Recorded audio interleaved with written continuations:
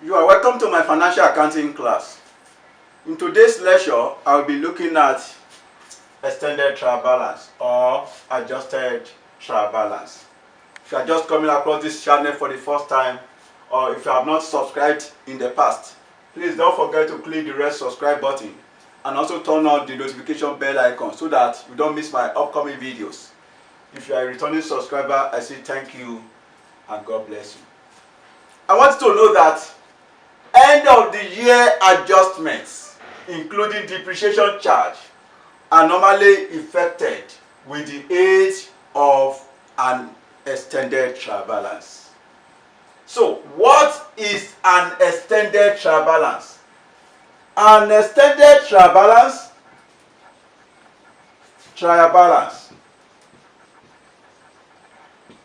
is a trial balance. It's a trial balance which is used to effect adjustments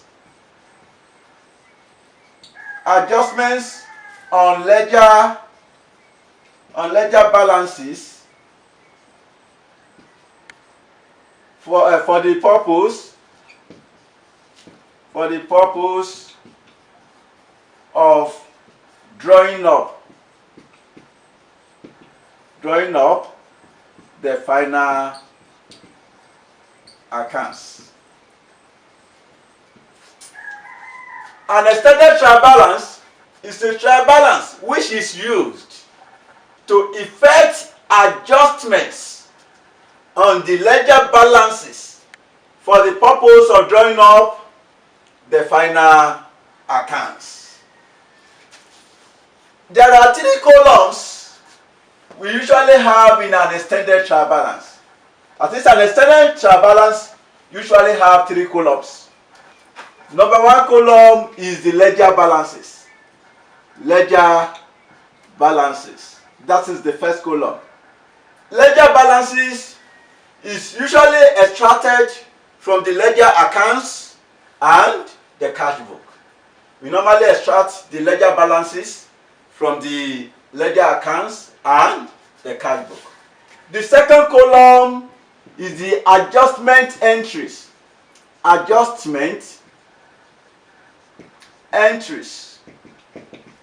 adjustment entries. That is the second column. Journals are usually raised in respect of the end of the year adjustments. We normally raise journal for the end of the year adjustments. No journal proper is used. That is, we are going to have the debit and the credit side. Then you post your transactions into the journal in line with the principles of double entry. Remember, the double entry principle states that for every debit entry, there must be a corresponding credit entry. So that means you raise a journal for the end of the year adjustment. That is for your additional information. You raise journal for your additional information. That is what we call end of the year's adjustment or end of the period adjustment. So we normally raise journal for that. Number three heading. Heading number three is the final balances. Final balances is obtained by merging the ledger balances and the adjustment entries. So when you merge the two, that is the ledger balance plus adjustment entry, will give you the final balances. Ledger balances plus adjustment entries. So that will give us the final balances. That is, the final balances is the ledger balances plus the adjustment entries. The major advantage of the extended trial balance is that it shows the trail from the ledger balances to the final accounts. It shows the trace from the ledger balances to the final accounts. For better understanding, please try to watch the example I will provide after this explanation. Extended trial balance can also be called worksheet. So I want to give you the layout of an extended trial balance. Layout of an extended trial balance. So you have ledger balances. If you don't want to call it ledger balances, you can call it original trial balance. So you also have adjustments. I've told you that we use adjustment column to record the end of the year adjustments. That is to record the additional information. The third column will be the final balances. The ledger balances will be divided into two, the debit side and the credit side. The adjustment will equally be divided into the debit side and the credit side. While the final balances will be divided into statement of profit or loss, statement of profit or loss, and statement of financial position.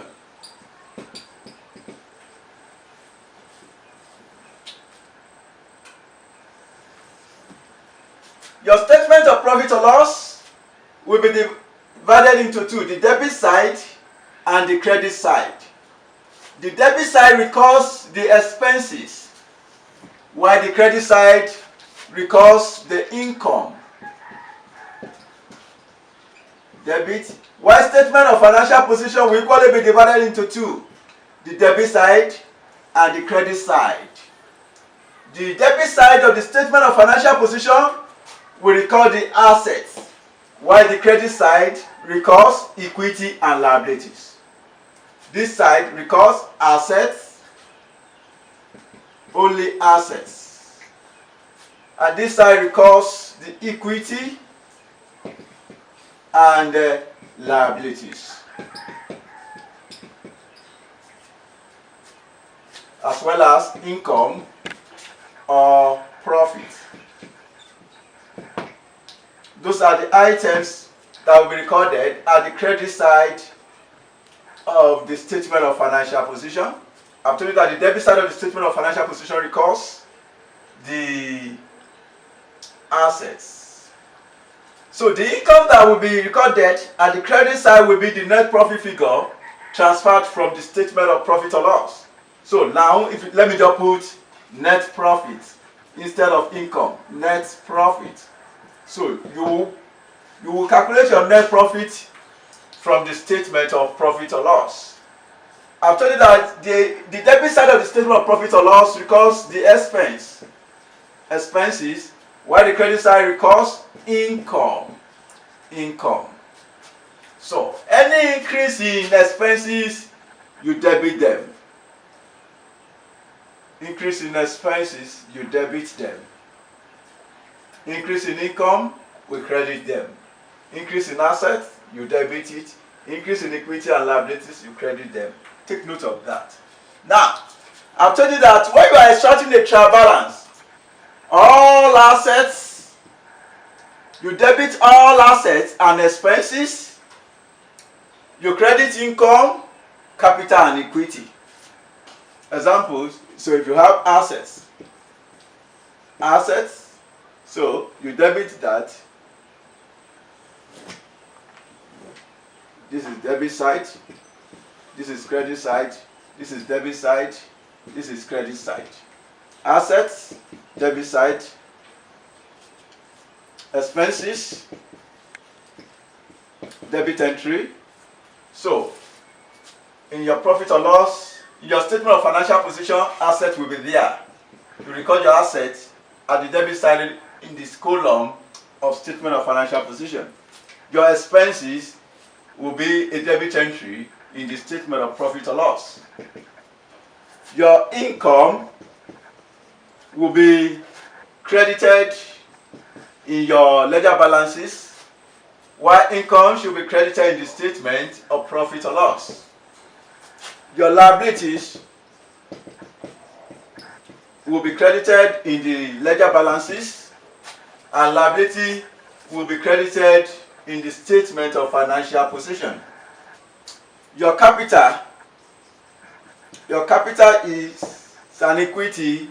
It appears under the credit side, and capital will take a credit entry in the statement of financial position. Where you have drawings, debit entry, and it will also be a statement of financial position item, a debit entry. Then your end of the year adjustments. You incorporate your end of the year adjustment in line with the principles of double entry.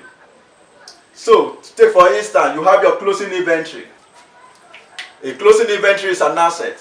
So that means you debit asset, your closing inventory. The one that will appear as an asset, you debit it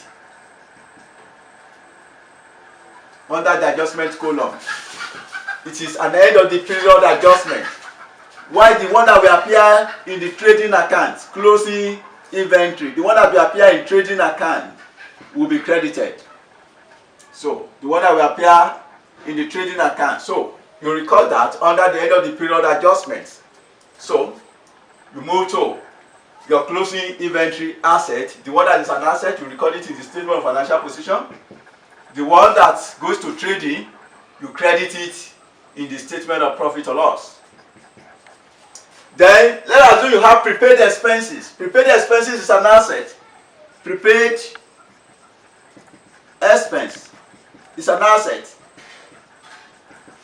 So in that case, you debit it in your adjustment column. At the same time, it will appear under asset in the statement of financial position. Why the expenses to which it relates, you are subtracting it from an expenses. Since you have debited an asset, that means the credit entry goes to expenses. So under the adjustment column, in the column of expenses, you put that there. So expenses is having a debit balance here, and this prepaid expenses is having a credit entry. So debit against credit. So when you net it, you subtract them against each other. The net difference is what you are going to have in the statement of profit or loss under the expenses here. Then accrued expenses. Accrued expense is a liability. It's a liability. Liability will have a credit balance. So that means you are going to have it under the liability column in the statement of financial position, under the statement of financial position column. Then the expenses to which it relates, we used to add accrual. So that means since you are adding it, you are debiting that expenses. So you debit the expenses. You are adding it to the expenses. Your expenses increases. So when you add it, the total expenses is what you are going to have in the adjustment column. I mean the final balances under the statement of profit or loss after incorporating your accruals. So I've told you that this lecture will be better understood if you watch the example I'm going to provide in this lecture. To save our time, let's just go into the work example. Example: the following trial balance was extracted from the books of Okoli Enterprises as at 31st December 20x9. Amount in Naira. We have capital at 1st of January 20x9, 45,214. Purchases, 388,200. Sales, 522,900. Salaries and wages, 33,440. Rent and rates, 9,860. Receivables, 72,300. Sundry expenses, we have 4,142. Bad debts, 1,884. Drawings, 9,502. Provisions for doubtful debts, 3,702. Bank, 2,816. Payables, we have 34,308. Cash, 334. Inventory, 82,124. Motor car at cost 7,200. Provision for depreciation on motor car 2,100. Discounts received 1,500. Carriage invoice 872. Bank interest received 250. Commission received 2,700. Total 612,674 for each of the debit and credit side. Additional information. 1. Inventory at 31st December 2009 was valued at 99,356. 2. Rent prepaid at 31st December 2009 amounted to 1,600 naira. 3. Depreciation is to be provided on the motor car at the rate of 20% per annum. 4. Salaries and wages outstanding at 31st December 2009 amounted to 3,012 naira. 5. Commission not yet due but already received at the trial balance date was 400 naira. 6. Additional bad debts of 1,420 naira is to be written off. 7. Bank interest of 50 naira has fallen due but is yet to be received. 8. Provision for doubtful debt is to be adjusted to 5% of receivables balance. 9. Drawings of goods costing 800 naira and checks 1,200 naira by the owner are yet to be recorded. Using extended trial balance, you are required to prepare a statement of profit or loss for the year ended 31st December 2009. B. Statement of financial position as at that date. Now, solution. The name of the entity is Okoli Enterprises. You are to prepare the extended trial balance. Your extended trial balance. Let's have extended trial balance as at December 31st, 2009.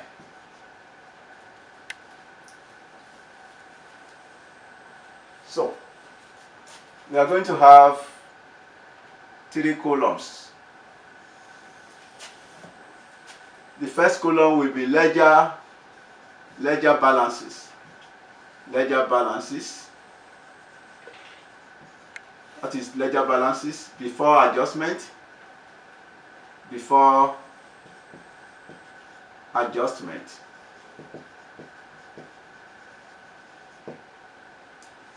The second column, we have adjustment. While the third column, we have final balances. Final balances. Under the ledger balances, before adjustment, we are going to divide it into 2.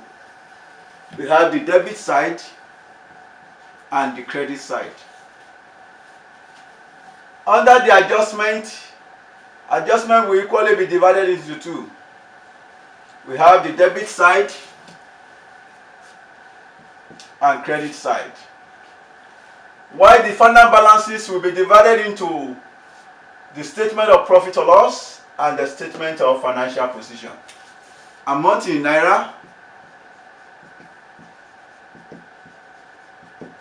Now, let me post the balances.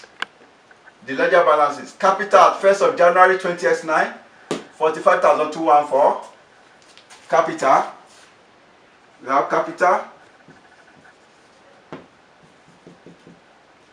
45,214.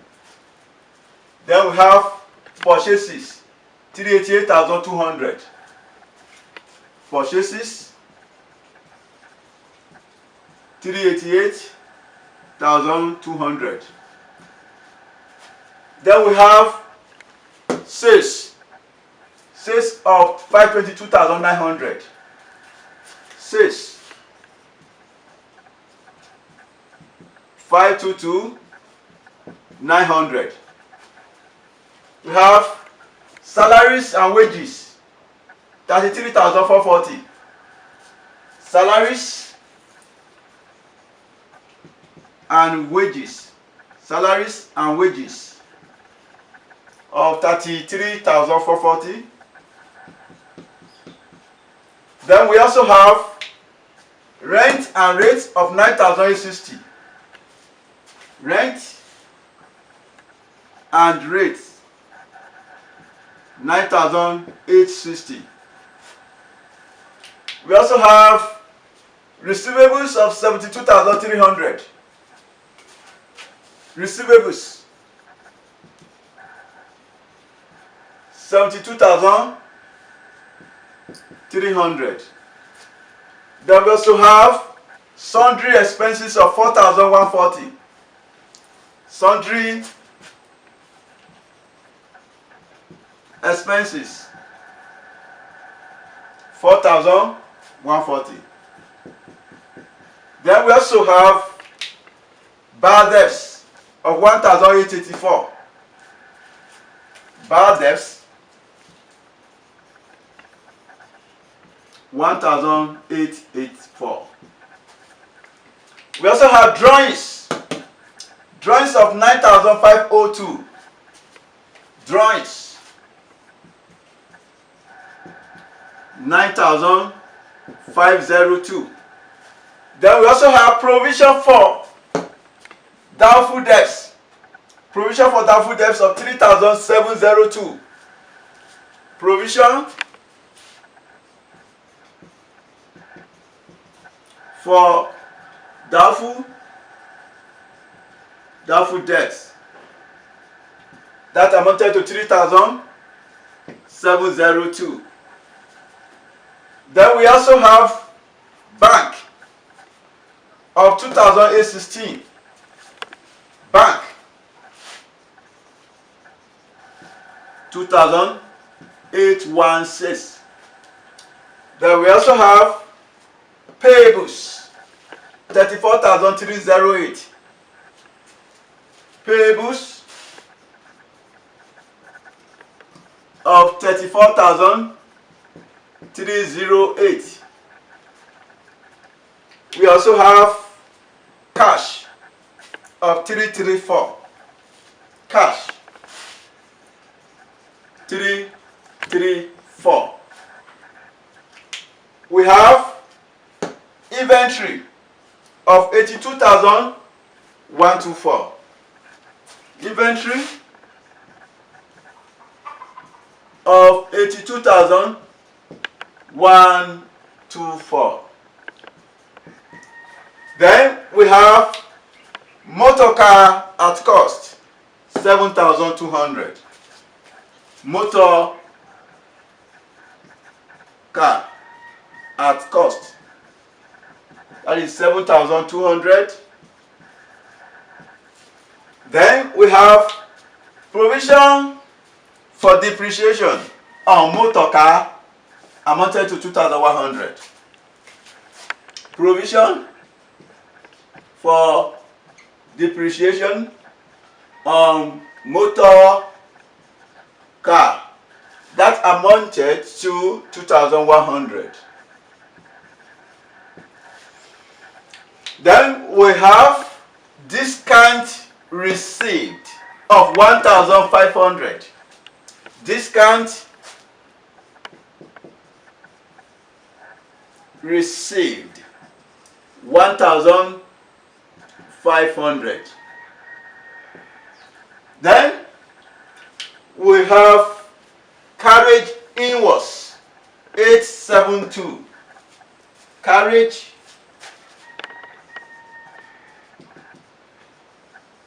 inwards 872. Then we have bank interest received of 250. Bank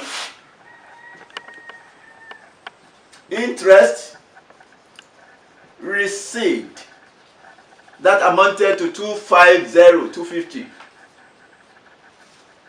Then we have commission received of 2,700. Commission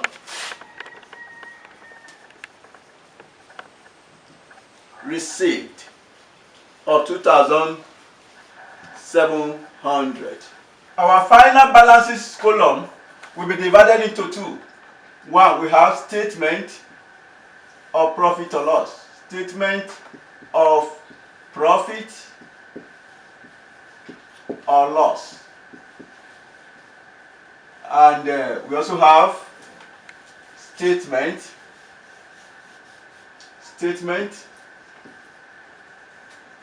of financial position.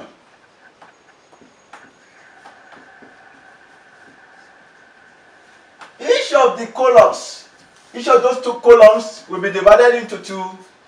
We have the debit side and the credit side.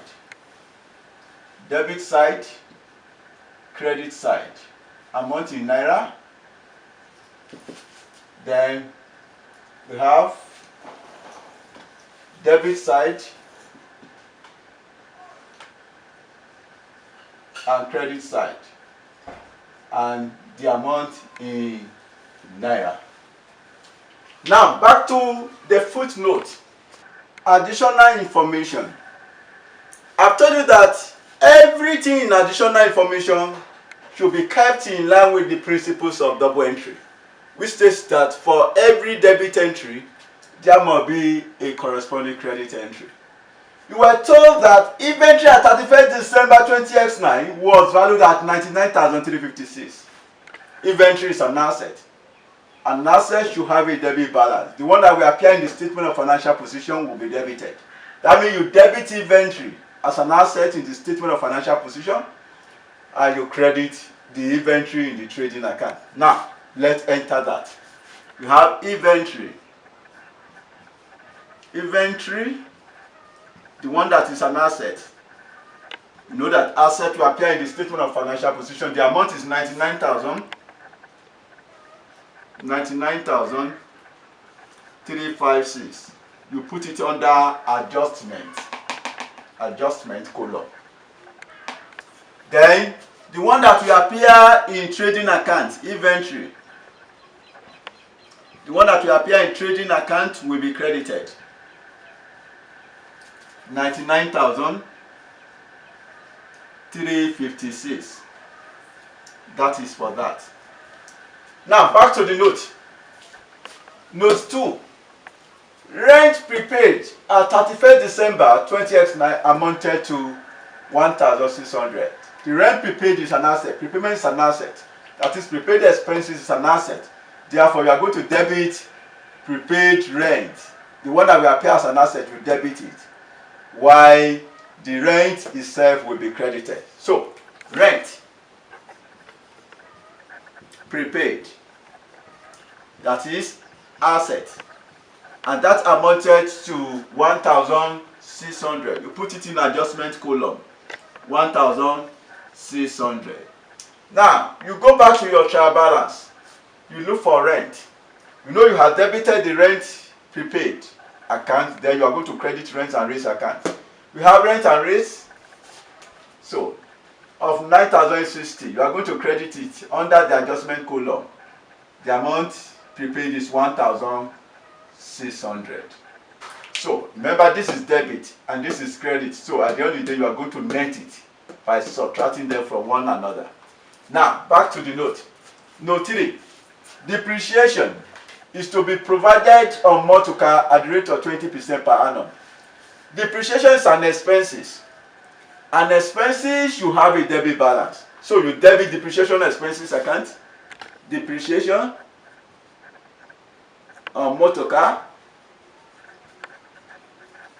the one that is an expense, you debit it. So you were told that depreciation is 20% per annum. So how much is the cost of the motor car?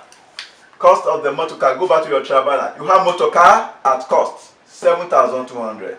So the depreciation that will be charged is 20% of 7,200. That gives us 1,440. So you debit it because it's an expense. 1,400. Then you credit accumulated depreciation on motor car or provision for depreciation on motor car. So we have 2,100. You want to credit it. So and that amounted to 1,400. That is the depreciation. Provision for depreciation on motor car. 1,400. Now back to the note. Note 4. Salaries and wages outstanding at 31st December amounted to 3,012. Outstanding means accrued. An accrual is a liability. A liability must have a credit balance. Therefore, you credit salaries and wages outstanding. The one that will appear as liability, you credit it. While the one, the actual salaries and wages paid, you are going to debit it. So now, we have outstanding, salaries, and wages.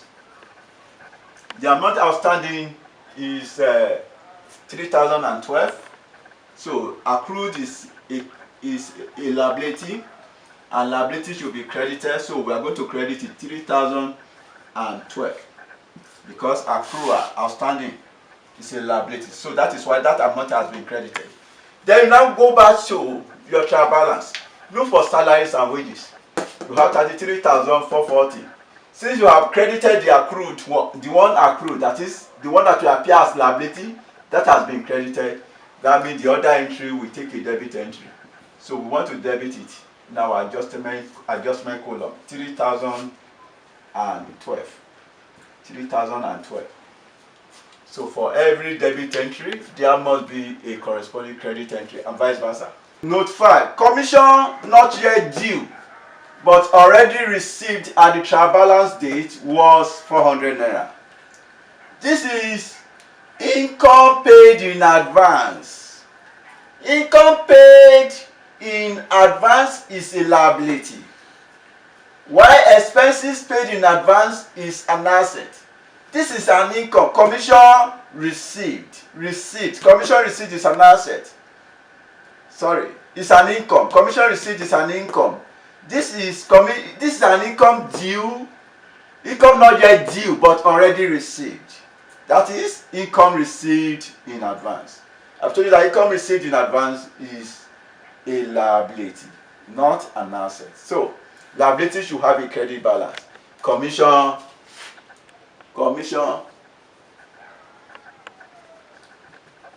received in advance. I've told you that it's a liability. The amount is 400 naira. So liability should have a credit balance. So that is why we are crediting that.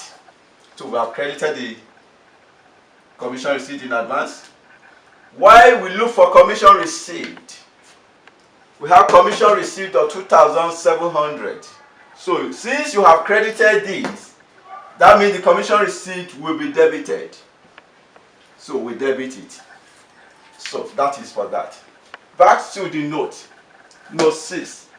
Additional bad debts of 1,420 needs to be written off. You want to write off 1,420 against the debtors. The bad debts written off is an expense. So being an expense, we are going to debit it. Bad debts. That is expense. 1,420. 1,420. And you credit your receivables. Let's look for receivables. We credit receivables. 1,420. credit our receivables. Back to the note. Note 7. Bank interest of 50 naira has fallen due but is yet to be received. This is an income due, not yet received.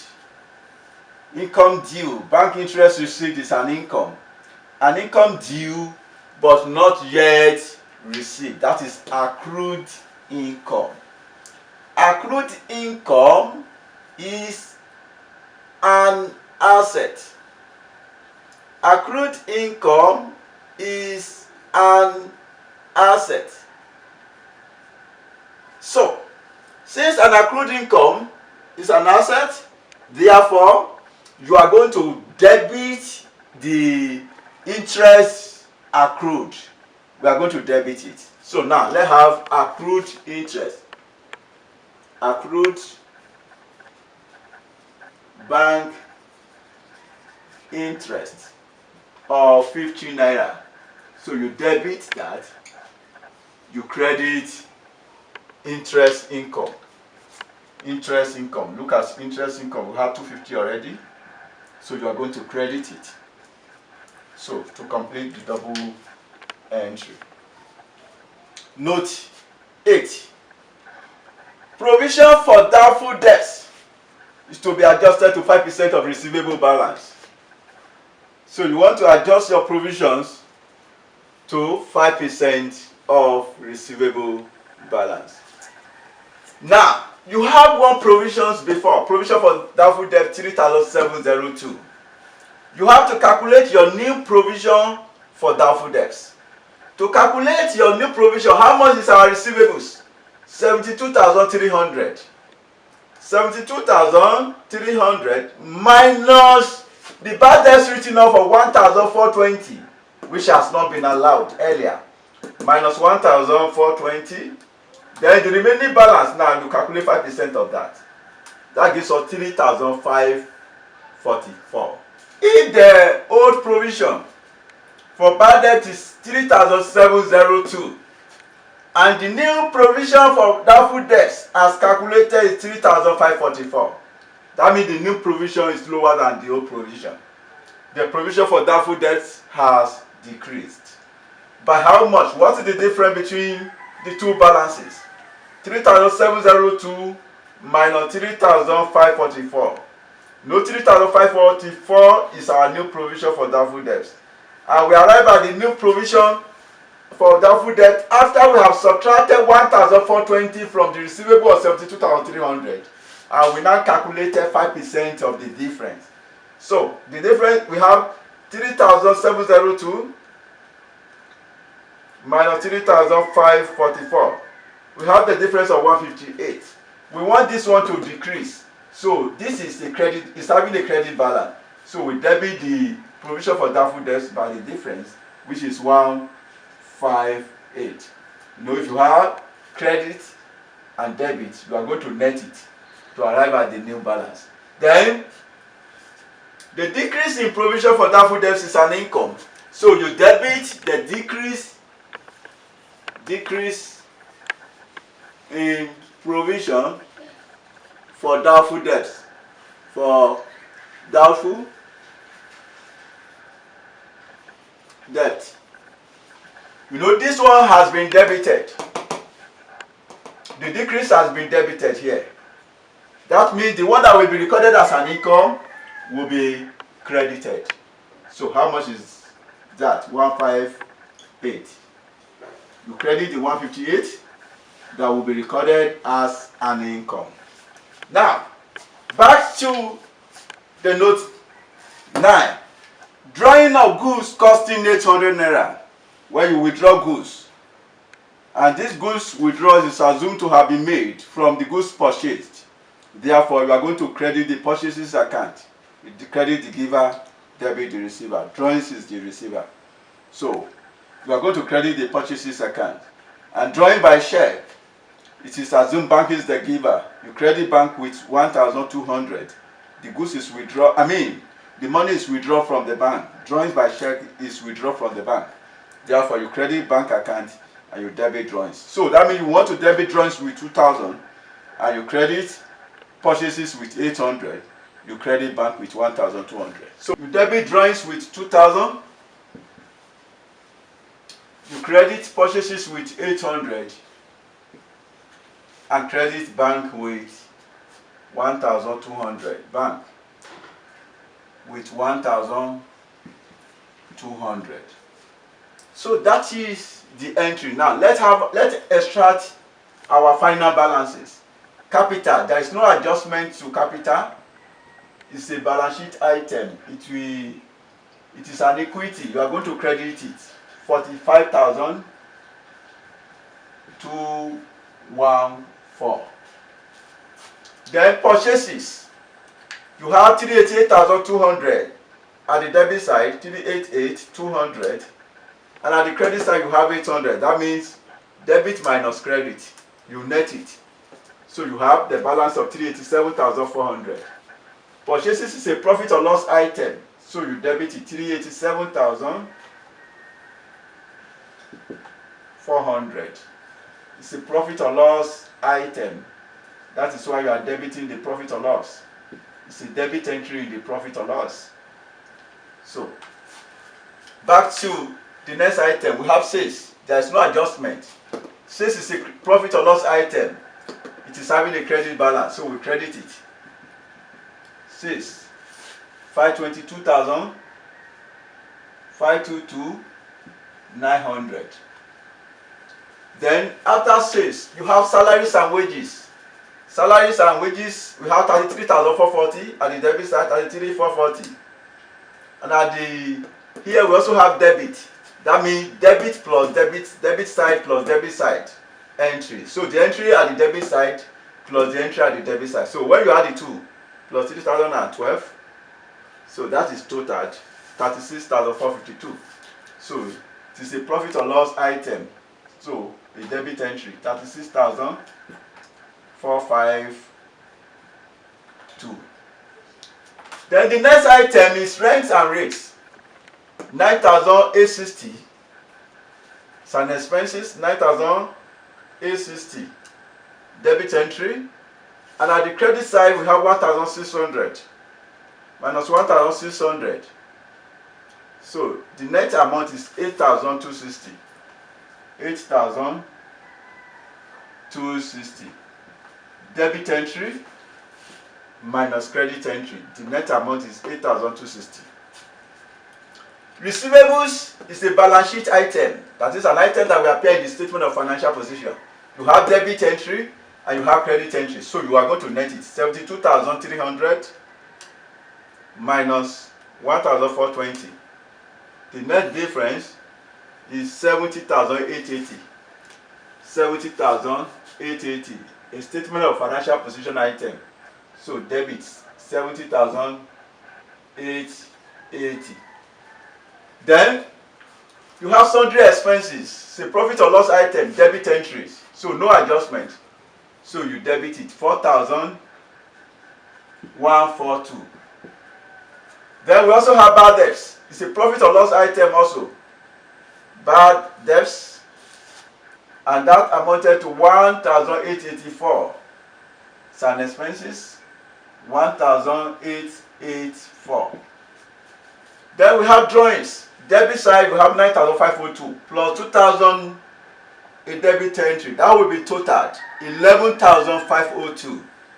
Drawings is a statement of financial position item. So you put it at the debit side of the statement of financial position. 11,502. Then we have provision for doubtful debts. A credit entry of 3,702. 3,702 minus a debit entry of 158. Then you have the net difference of 3,554, which is our new provision. And provision for doubtful debts is also a statement of financial position item. So you credit it with 3,554. Then we have bank. Bank debit entry of 2,816. And we also have a credit entry of 1,200. So when you net it, then you have the difference of 1,616. Bank is a statement of financial position item. So you put it at the debit side of the statement of financial position column. 1,616. Then we have payables. Payables is a liability, 34,308, no adjustment. So you put it at the credit side of the statement of financial position, 34,308. Then we also have cash. There is no adjustment to that. So cash is a statement of financial position item, of course, an asset. So you put it at the debit side, 334. Then we also have inventory. This is an opening inventory. An opening inventory is a statement of profit or loss item. So you put it at the debit side of the statement of profit or loss, which is 82,124. 82,124. Then we also have motor car at cost. That's a statement of financial position item. A debit entry, 7,200. 7,200. Then we also have provision for depreciation of motor car.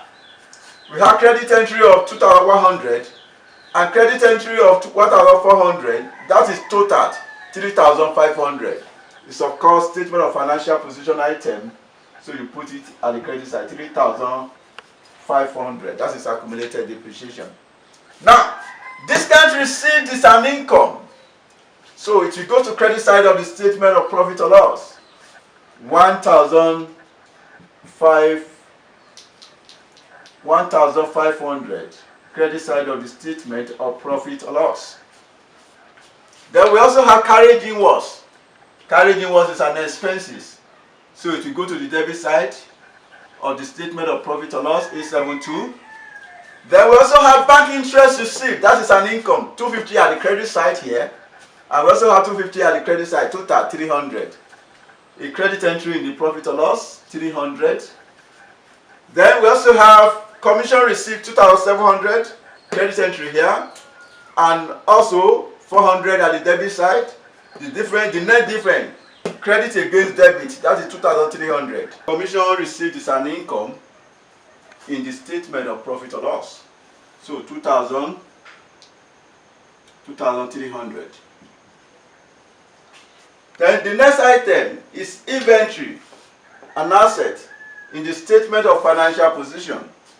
An asset, 99,356. 99,356. Then we also have inventory, the one that will appear in trading account, a credit entry, a credit item in the trading account, 99,356. Then we have rent prepaid, an asset, 1,600. 1,600. So that is statement of financial position. Then depreciation of motor car expenses, that is in profit or loss. Expenses 1,400. Then we have outstanding wages, that is liability, a credit item, liability 3,012. Then we also have commission received in advance, 400, is a liability item. So we credit it in the statement of financial position. Then we also have bad debts expenses, 1,420. 1,420 expenses, profit or loss item, 1,420. Then we also have accrued bank interest. It's a liability, and that amounted to 50. 50, a liability. That's a statement of financial position item. Decrease in provision for doubtful debts. That is profit or loss item. A credit entry. So you credit your profit or loss, 158. 158. 8. Before I cast each column, let me make this correction. Depreciation needs to be provided on the motor car at the rate of 20% per annum. The cost of motor car is 7,200. Motor car 7,200. At the rate of depreciation is 20%. If you calculate 20% of 7,200, that gives us 1,440. Instead of 1,400, the correct amount is 1,440. 1,440, then 1,440. So that is the correction. Now let's cast it. Our ledger balances is total 612,674. 612,674. 612,674. Then adjustment column. The debit side, we have 3,012, 3012 plus 2,000 plus 158, 2,158 plus 400 plus 99356 plus 1,600 plus 1,440 plus 1,420 plus 50. Adjustment column is totaled 109,436. 436. That is the debit side. Let's cast the credit side. We have 800 plus 1,600 plus 1,420 plus 1,200 plus 1,440 plus 50 plus 99356 plus 3,012 3012 plus 400 plus 158. The credit side is totaled 109,436. Now, final balances. The statement of profit or loss. The left hand side, what is the total? 387,400, 387,400 plus 36,452 plus 8,260 plus 4,142 plus 1,884 plus 82,124 plus 872 plus 1,440. The 1,440 corrected here will affect this. It will also affect this. Note this is 2,100 plus 1,440. It will be 2,000. It will be 3,540. This one will be 3,540. After adding 1,440 plus 1,420, that will be totaled 523,994. 523,994. The credit side of the statement of profit or loss, we have 522,900 plus 1,500 plus 300 plus 2,300, that will be 2,600 plus 2,600 plus 99356 plus 158 that is totaled 626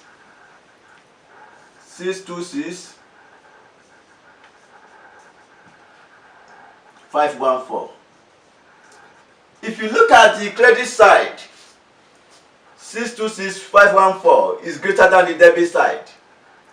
The net difference is the net profit. We have net profit, the amount remaining to agree the two sides. The difference between 626 514 and 523 994. How much is the difference? 523 994. When you subtract that means you have the net profit of 102 520.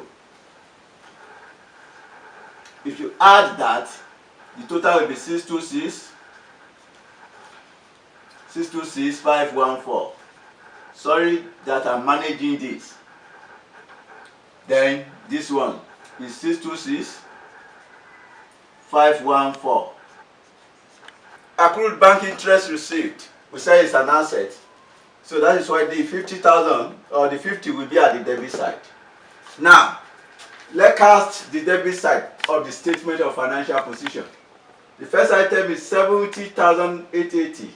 70,880 plus 11,502 plus 1,616 plus 334 plus 7,200 plus 99356 plus 1,600 plus 50. The debit side is totaled 192 538.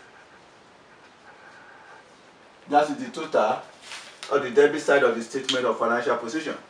Now, the credit side.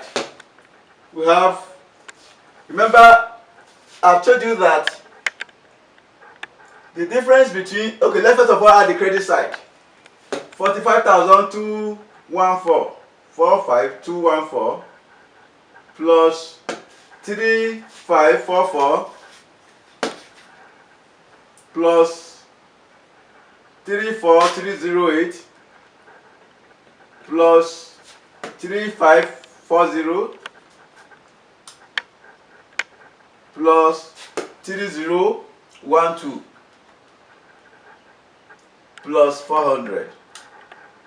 We have 90,018.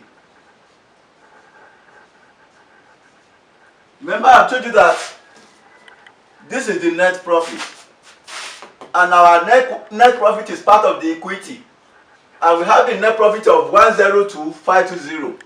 So we are going to transfer it to the credit side. 102 520. So our asset is totaled 192 538. That is the total of the asset. Now let's add 102 520 to 90,018 plus 102 520. Therefore, we have 192 538. That is the total. You can see that the equity and liability agree with the total asset. The debit side agree with the credit side. That is the end of my solution to the question. So thanks for watching Ezeka. Please don't forget to like this video.